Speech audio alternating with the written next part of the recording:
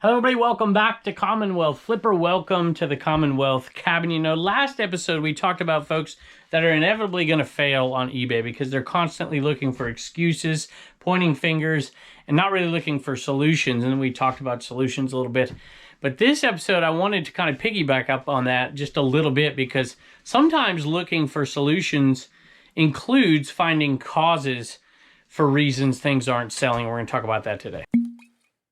And I thought for sure today, since Mama's back in town and Reagan's back in town, that I wouldn't see you two in here, and you're in here already.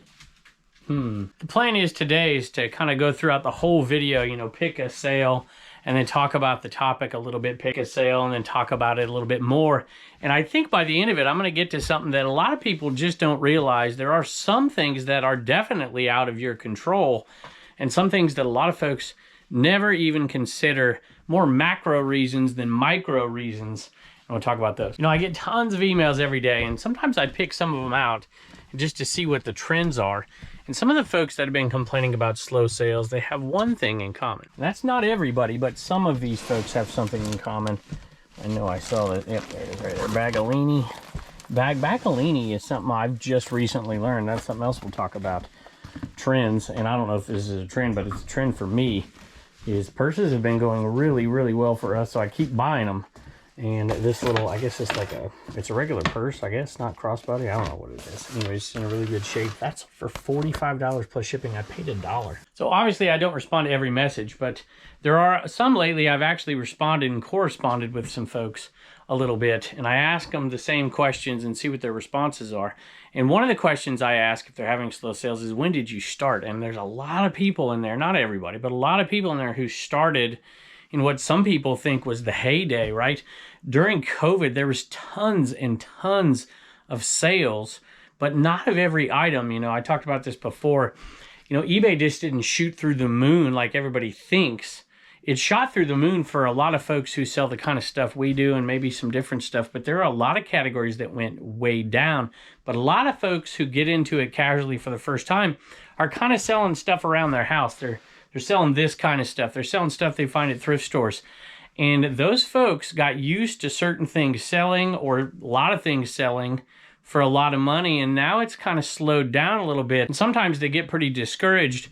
But I'm going to tell you a few things today that I think, and it's mostly anecdotal, but I want to talk about it a little bit. Maybe some of those items that back then did sell that aren't selling now, but I want to talk about some bigger issues too. I don't know this for sure, but I bet you purses weren't flying off the shelf back then because people weren't leaving their houses, and the necessity for it wasn't necessarily there. I doubt it was like really far down, but I bet they weren't flying.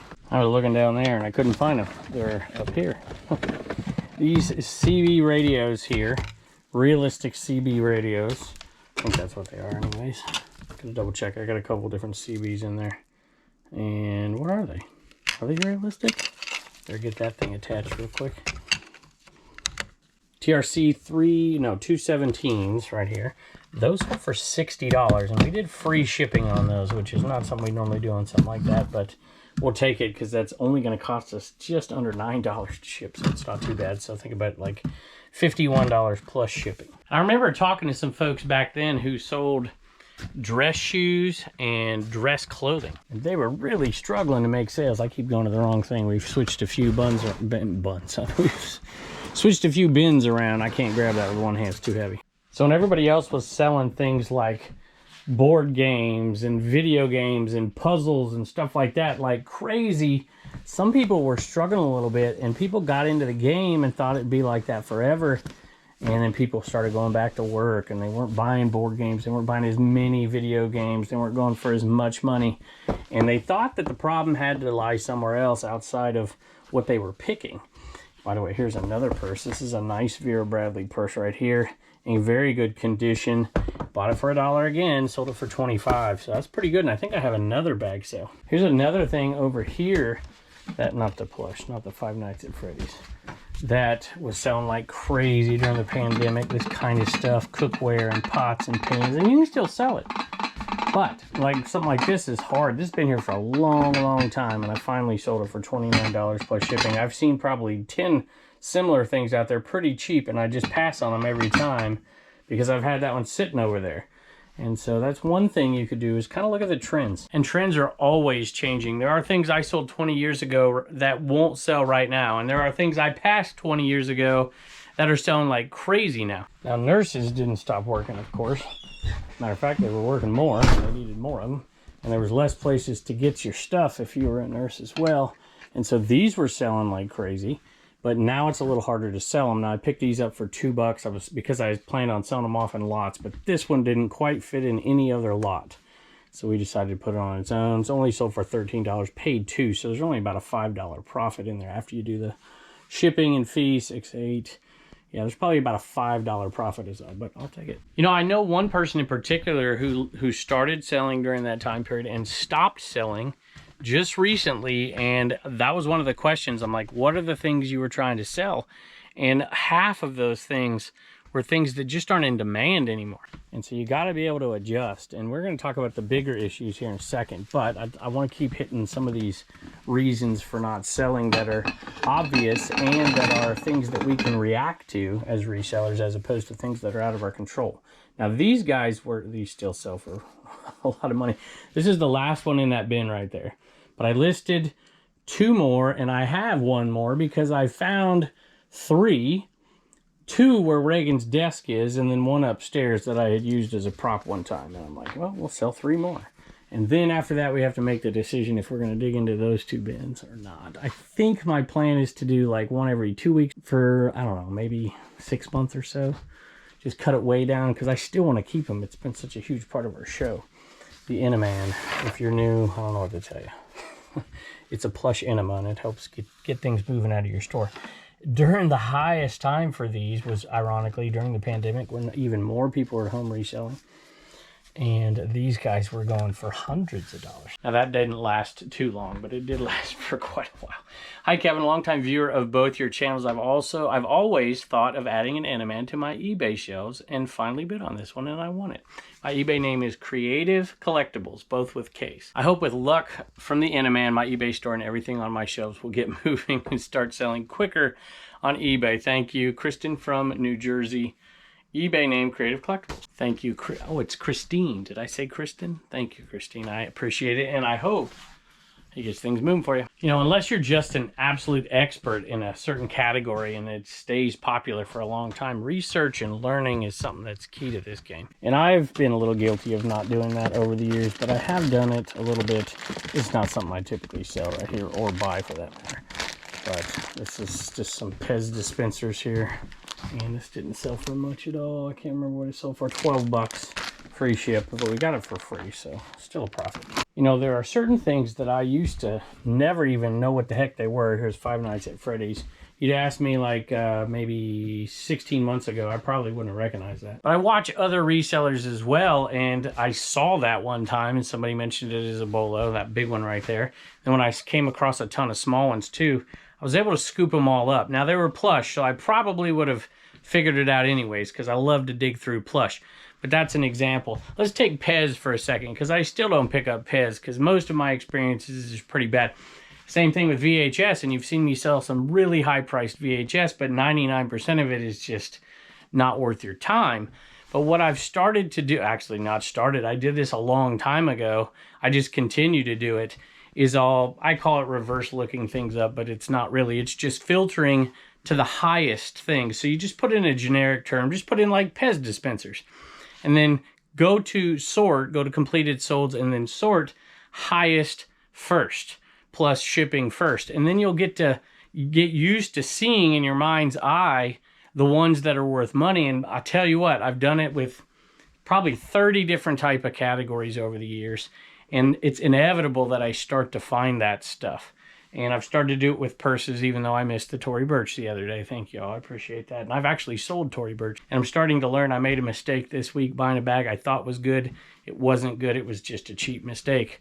But I'm learning that category. I learned jewelry years ago, and that paid off big time. And one reason for slow sales sometimes is not enough eyeballs are getting on the item. And there's tons of different reasons for that. Of course, could just be, you know, picture, title. It could be the fact that it's not a high demand item. And one way to get more eyeballs, there's a lot of ways to get more eyeballs on your items, of course. One of them I resist as much as possible, and that's promoting listings. That certainly does work. There's, I'd say, a ton of you out there. I don't know if it's a majority do promoted listings to a certain degree, but I try to resist it as much as possible. I figure I'm promoting enough just by putting everything I buy and sell on YouTube videos, but it certainly is key to get more eyeballs. So however you can do that. And one way, of course, is you could pay to get more eyeballs on promoted listings, or you can pay in another way, sweat equity and actual equity, and actually pay to cross list. You know, you can cross list using anything. I use List Perfectly, shout out List Perfectly, because I made a sale on Mercari, and I'm happy it's gone. It's a really low dollar item, but it was probably a bad purchase, to be honest with you. Code Commonwealth, of course. If you want to get 30% off your first month over there, give it a shot. One way to get eyeballs on things is by cross-listing, and we've done okay, even though we have slowed tremendously cross-listing right now. We've been so busy, but we're going to get back at it and hopefully get a few more here. But this one was a bad buy. I paid $1 for it. I sold it for $9 plus shipping, but it was a bad buy because it took forever and a day to sell, which I'm glad it's gone. Before I get to the more macro reasons, thought I'd mention a few things that I used to pick up a lot. You used to see me pick them up. I'll pick them up occasionally if they're right. You know, lawn chairs. I used to pick them up. I'd sell like 20 a year. And then it slowed way down, the sales of them, the prices, you know, prices of shipping and stuff. And so I've been particular about the kind of ones I'll pick up. Vacuum cleaner stuff, I'm very particular about that as well. Some of the older stuff doesn't sell near as well as it used to, although some of it's really, really good still. So you still got to look out for it. But, you know, exercise equipment, weights themselves, remember how crazy those things were going back in the day. And there's other things, you know, I would pick up Revereware and sell it like that all the time. And now it sits around for quite a bit unless you lot it up or if it's really good condition. And I've slowed down picking up that stuff. Some of the Amber Vision's Corningware I used to sell for good money. And so those things I've kind of slowed down a little bit because the demand just isn't there. And I've picked up other things to keep things going. Some things I pick up now, like I don't have any mushroom stuff in here now, but boy, I was picking up mushroom stuff. It was selling MCM stuff, mid-century modern stuff. Owls were going really good. Certain glassware was going better than it ever had and still is. And hats and t-shirts and stuff like that. They were doing really golf clubs. A lot of people picked up golf during the pandemic for the first time ever, and so golf clubs are still going well because there's a lot more people doing it. So here's a Vera Bradley wallet, also $1. So for $12 plus shipping. So what do we got here? Maybe that's not even all of them, but I know I had 3 today. So how much is that? That was 45. Is that what that was? And then 25. So we got 70. $82 plus shipping from $3. But you'll notice they're all in pretty good condition. I really try to stay away from Vera stuff that's either expensive and or not in good condition. I had to run inside for a minute to grab a piece of clothing, but y'all just see Dobby out there? Can you see her? Him, sorry. Dobby came from those bushes back there. And just like No Name, well, No Name, I don't know where No Name came from, but he was under the shed for a while. But nobody ever sees Dobby, and people ask about him, so there he is right there. He's hunting. He loves to hunt out there. So, speaking of golf, there's a FootJoy shirt right here. And that one didn't sell for a ton, but I used to wear this to school. Size large. I wore this to school my last couple years teaching. So, I hated wearing dress-up stuff. Hated it. So, polo was the best they got from me. That one went to a viewer, and matter of fact, I think maybe the last one did too, because it says repeat buyer, and I might have misreading one. No, maybe I didn't. Susan, if you bought that Vera wristlet, I appreciate it. So this one went to Jacob. J-Ride is the name. Is that the name of your channel? You got a YouTube channel. Is it J-Ride or J-Ride Flips? I think. Any rate, he says he met up with Carrie. If you don't know who Carrie is, that's American Arbitrage. He's one of my buddies over there on Trash to Cash podcast. I met up with Carrie in a thrift store, and he told me you and ADH Dave are actually pretty terrible people. Curious on your thoughts about that blatant call out. Thanks for always reaching out to the viewers in the comments and on Instagram. I don't always do it. I do it a whole lot more than ADH Dave does, so let me tell you. You are making the reseller community a better place to be every day. Best wishes, J-Ride. So thank you. Hopefully you get as much use out of that as I did. I guess I have to respond to Carrie's comment there. So if those of you who don't watch the Trash to Cash podcast, it's a little bit tongue-in-cheek, let's say. And Carrie, I'll just say this. You can think what you want about me and Dave or whatever. I'll just say this about Carrie. Carrie is one of the nicest men I've met in this business, and I'm very grateful to have him as a friend. I had to go in and get a pair of shoes here. These cap shoes right here. These sold at Viewer, actually. I'll have to go in and say thank you. I'm going to see if I can sneak up on Dobby. Dobby never wants to be on camera. He's looking right at me. By the way, paid $2 for these shoes. They're uniform shoes, and they sold for $25 plus shipping. There you go, Dobby. See, Dobby has no tail. Because when we got Dobby, Dobby had a chewed up tail. It's like stripped completely. So we had to get it taken off. Oh, you going to come say hi? You want to say hi? Say no way. There's the chicken coop, y'all. Can't believe we have more chickens. And this was bought by Susan. Susan, it says 1 for your feedback, which is these shoes right here. So it's your first purchase on eBay, I'm assuming. And I just want to say thank you. She says, I'm not a reseller. I just enjoy watching your shows. And yes, I'm a first-time buyer. So awesome, Susan. That's not the type of item that I would expect a lot of folks to buy. So I wonder what your use is. Leave us a comment below and tell us what you're going to use those for. Maybe you're buying them from somebody for somebody else. So I know that bands and orchestras and all kinds of stuff like that, and of course the military uses those shoes all the time. So anyway, thank you, I appreciate that. Hey, if you guys don't mind leaving me some comments below, because I'm going to do a dedicated video with a bunch of people here coming up, probably at FlipCon, which I can't wait to meet some of you down there. And I'm going to ask about certain types of items that people used to pick up and they don't buy anymore. And I'm curious if you'd tell me that down below. But we're going to get into something that a lot of folks don't think about that's really out of our control. I had to go back inside today because the jersey sold, and we keep most of our clothing inside. And that Lamont Jordan jersey, that one went to a viewer. So we had 4 viewer sales already here. So that was really awesome of y'all. Raiders jersey. I think it's a Raiders jersey, right? Yeah. Sold to a viewer, sold for $70 plus shipping. And it is going to Raymond. If you're not able to... Oh, wait a minute. I totally take it back. Totally take this back. This is not to a viewer. I saw a message, but you're not a viewer.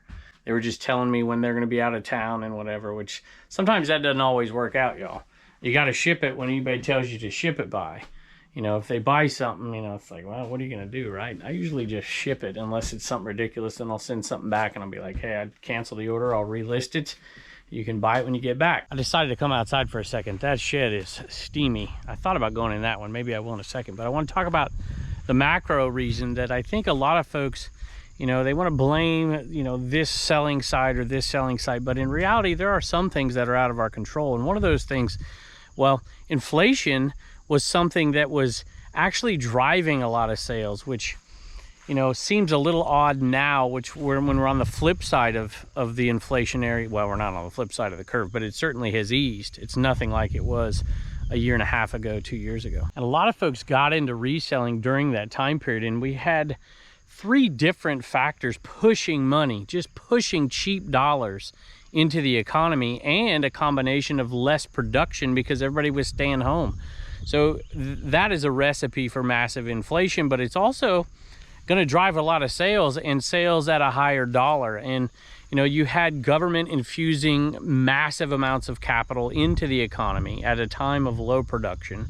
You also had other factors at play as well. You had monetary policy that was lowering interest rates basically to 0.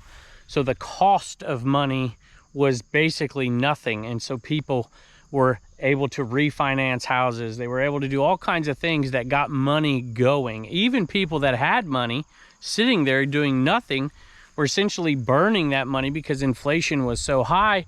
And so to invest it or to spend it looked like a better option. And you saw certain goods go way through the roof, big goods as well.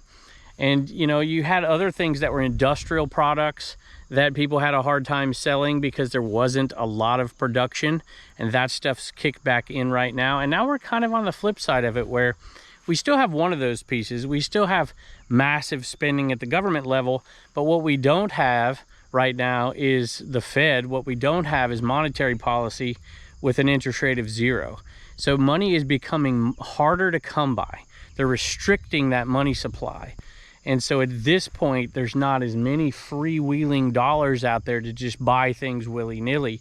And I think that should at least inform us a little bit. You know, that's out of our control to some degree, right? I mean, I suppose you can argue that there are some things we can do about it, but in the end, one person isn't going to do too much about it. And so you have to readjust your expectations a little bit, and maybe even think about how it's going to affect reselling going forward. Turner's over here climbing that big old tree. I hope he's not trying to get Dobby out of it.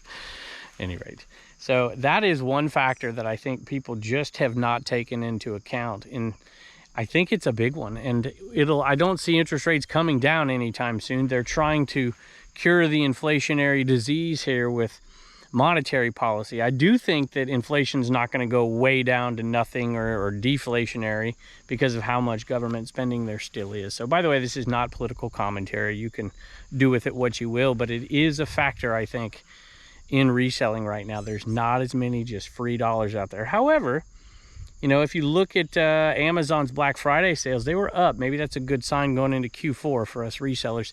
And even if your sales are slow, Q4 is always a little bit better. Don't think about it like pie in the sky, like your sales are going to double, depending on what you sell, I suppose. But it definitely is better. So if you're not selling a ton right now, redoing the way you think, I think also maybe doing some more listing. Of course, you're going to sell more if you list more. That might be a factor as well, where people had more time on their hands and they were selling more because they were listing more. Now they're back to work or whatever, and they're not selling as much. And that might be a factor as well. All right, y'all, we got Reagan and Turner in here today. Reagan's been away, got a little sun. You've been not too much. Reagan got to go to the beach for a few days, huh? Yeah. Now you're back to work and then you're headed back to the beach. Pretty good deal. And Turner's going to the beach this time, huh? I like your shirt, buddy. Thank you. Okay, this is from Thrifted Spirit. And that's, does it say Stacy? Thank you. All right, you got a joke for us, and we'll put your card over here. And we'll put your sticker up in the back. What's the joke? Commonwealth comedy. Why do ghosts hate the rain? Why do ghosts hate the rain? It dampens their spirits. Yeah, I like it. Oh, look, see, Thrifted. Oh, look, I didn't even see. See, that's a ghost? Oh, yeah.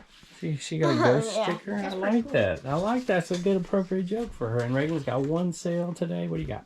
Jake got an Enema Man. Got an Enema Man right there. And those are getting low as well. So, thank you. Bye. And don't forget to get your sticker at CommonwealthBigger.com. Oh, and I forgot to tell people. Turner wants to say his tagline. Oh, yeah. Yep, and his tagline, see, because he gets paid. He used to get paid when we'd sell one of the items out of the Homeschool Hustler store. But we stopped doing that because it's too much of a pain to have two stores. So, he gets paid, what? $1 to spend, $1 to donate, and $1 to spend, $1 to save, and $1 to donate. You got it, buddy. Bye. Bye. All right, y'all. I actually came out in the other shed out here because even outside is too hot for me, and we've got a mini split in here. Y'all see that? That thing's cool. I've had a lot of people ask me to give you a tour in here. I guess I'll give you a quick one. I know a lot of you have already seen it. I'll have to show you what we're doing here. Q4, we're ramping up. We even got some empty bins here, but we are about ready to roll. A bunch of stuff is all full up here. We're getting ready, squirreling away our nuts for the winter, of course. Yeah, I know, I got a bed. It's when I say things I'm not supposed to when I end up there. But look at this, y'all. Look at what we bought lately. Tons and tons and tons of stuff. So it's going to be a fun Q4. And I had a couple questions because I always talk about the podcast. This is the podcast, Trash to Cash podcast. Some new folks never heard of it, so although I don't know if I want new folks watching it. It's not for the faint of heart, let's just say that. And I do have another channel I talk about every once in a while. It's Garage Sale Nation. We don't post on there very often. We do some Commonwealth classics and stuff like that, and shorts and reviews of like long highway sales. It's kind of connected to my Facebook group, Garage Sale Nation. So, and we also have a Facebook group for Trash to Cash podcast. And I'm just looking up here. Somebody asked me about my wife's sign where it's not in there anymore. And I was like, we hung it up out here. But man, I forgot we had Fantasy Forest. I gotta get that listed. And I think we're just gonna end the show out here in this shed today. So thank you all as always for joining us. I can't wait to see you next time. Which one's the Bantam? The those two, the Little itty bitty ones back there. They're the loud ones yeah. that never shut up. Feeding the chickens. I like them when they're small. They're less vicious. Oh, look at that. It's got feathers on its feet. Yeah, that one's gonna be super fluffy.